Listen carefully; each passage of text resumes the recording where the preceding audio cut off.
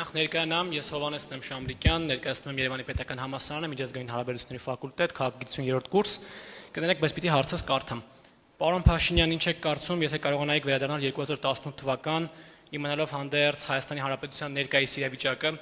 ձեր թույլ լեգիտիմությունը, Արցախի կորուստը, դաշնակիցների հետ վատ հարաբերությունները, կոնֆլիկտը հայ առաքելական եկեղեցու ներկայացուցիչների հետ, արդյոք նորից ձեռնամուխ կլինեիք 2018 թվականի հեղափոխությանը։ Եվ երկրորդ հարց, պարոն Փաշինյան, համաձայն չլինելով Արցախյան կոնֆլիկտի եւ հայոց ցեղասպանության հետ կապված ձեր դիրքորոշմանը, նաեւ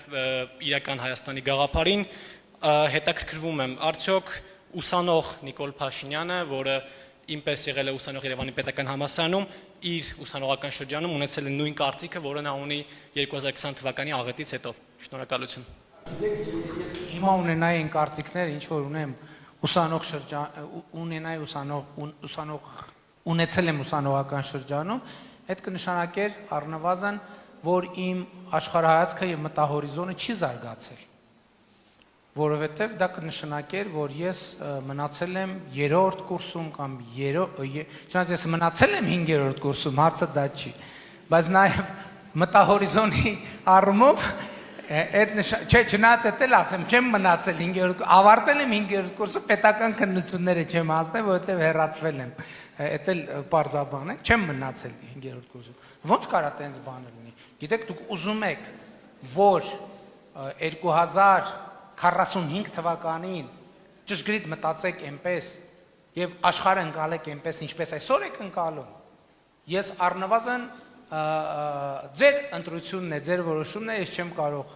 բայց առնվազն ես կխնդրեմ այդ դիտանկյունից մտածել։ Դուք, ես ճիշտ հասկացա, այդ նախադասությունը ճիշտ լսեցի, թույլ լեգիտիմություն։ Այո։ Գիտեք, ես սովորաբար իմ եւ կառավարության հասցեին ասված բաները տենց շատ սուր չեմ հակազդում, ոնց, ես փորձում եմ մտածել, բայց այն թեզն է, որը բացարձակապես չի կարող արդարացվել, որովհետև ես չեմ կարծում, թե 1991 թվականից այսքոմ Հայաստանում եղել է ավելի լեգիտիմ իշխանություն։ Ընդ որում, ես ձեզ հետևյալը ասեմ, ես 2021 թվականին մենք գնացինք արտահերթ ընտրությունների։ Ինչու՞, որովհետև ես զգում եմ, որ պատերազմից հետո այդ լեգիտիմությունը առնվազն հարցականի տակ է դրված եւ ես չեմ կարող շարունակել լինել վարչապետ, եթե համոզված չլինեմ, որ ժողովուրդը դա թույլ է տալիս։ Եվ հենց այդ լեգիտիմության խնդիրը լուծելու համար է, որ մենք գնացել ենք ընտրությունների։ Ընդ որում 2018 թվականի ընտրությունները, երբ որ ամբողջ միջազգային հանրությունը գնահատեց որպես ժողովրդավարական սկզբունքներին համապատասխանող, այն ժամանակ էլ ես ընդունում եի, ասում եի, նաև միջազգային գործընկերներին, որ հասկանում եմ, որ երբ որ մի ուժ 70% ձայն է ստանում եւ առաջին անգամ ի վերջո 95 թվականից հետո մենք ստանում ենք ընտրություններ, որի արդյունքները չեն վիճարկվում, դա հարց է, դե ընտրությունը ընդդիմությունն էլ էր ասում էր իշխանությունը կեղծելու անհրաժեշտություն չուներ, էլ խի պետք է կեղծեր, որ ընտրությունները։ Բայց 2021 թվականին շատ կարևոր էր, երբ որ ըստ էության մահվան սպառնալիքի ներքո ենք մենք այդ ընտրությունները անում, եւ շատ կարևոր է արձանագրել, որ մենք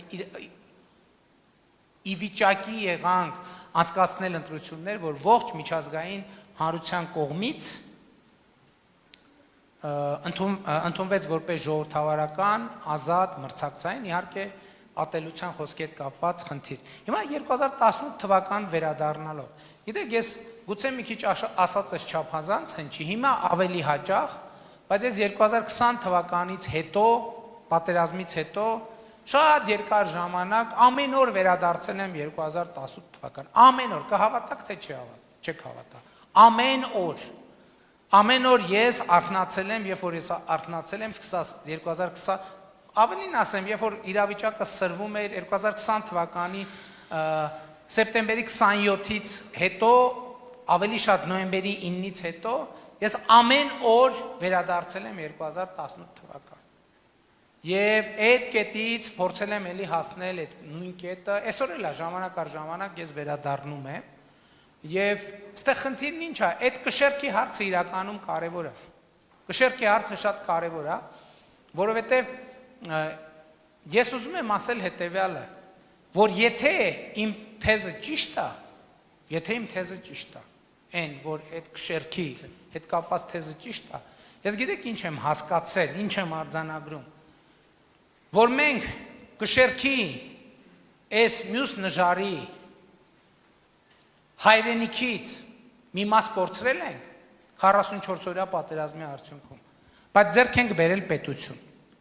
որը ավելի ինքնիշխան է, որը ավելի անկախ է, որը ավելի ինքնուրույն է, եւ ես չեմ ուզում, որ այս թեզը հնչի որպես էլի գեղեցիկ ձևակերպված նախադասություն։ Այլ ուզում եմ կոնկրետ օրինակով ասել։ Իսկ մինչև Ես ավարտեմ 2025 թվականի մարտի 1-ը այն օրն է, որի դրությամբ Հայաստանի Հանրապետության բոլոր սահմանային անցման կետերում ծառայություն են իրականացնում Հայաստանի Հանրապետության սահմանապահ զորքերը։ Թվում է թե շատ տրամաբանական բան է, չէ՞, ինչ կա մի հատ էլ զարմանալու,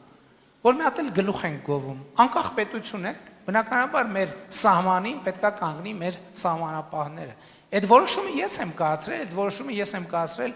ես կայացրել եմ 2024 թվականին։ Ես կարող եի այդ որոշումը կայացնել 2019 թվականին, երբ որ թվում էր թե քաղաքականապես եւ բոլոր առումներով շատ ավելի ուժեղ եմ եւ շատ ավելի պինդ եմ։ Ոչ, ես չէի կարող այդ որոշումը կայացնել 2018 թվականին, 19 թվականին, 20 թվականին,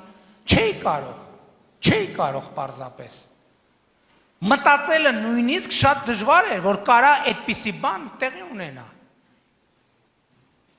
Իսկ 2024 թվականին ես կարող էի եւ կայացրել եմ այդ որոշումը, մենք շնորհակալություն ենք հայտնել Ռուսաստանի Դաշնության այս ընթացքում մեծ ցուցաբերած աջակցության համար, բայց ասել ենք, որ գիտեք ինչ, մենք որպես պետություն հասունացել ենք, մենք մեր սահմանային կետերը ինքներս կարող ենք վերահսկել։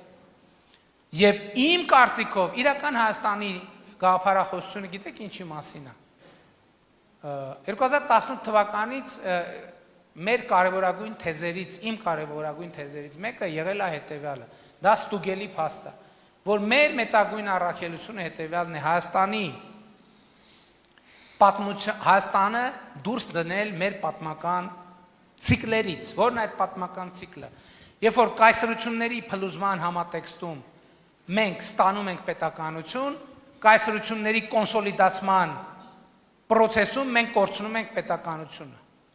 Ես այսօր կարող եմ ասել եւ այս տրամաբանությամբ ես ասում եմ, որ նախորդող շրջանի մեր պատմությունը կորուստի պատմություն չի, նախորդող շրջանի մեր պատմությունը ձեռքբերման պատմություն է, որովհետեւ մենք ստացել ենք պետություն ունենալու եւ հարատև պետություն ունենալու շանս։ Հիմա մեզնից է կախված, մենք այդ պետությունը կստանանք թե չենք ստանա։ Եթե մենք համաձայնվենք մեզ սահմանափակել եւ այդպիսով սահմանափակել նաեւ ուրիշներին,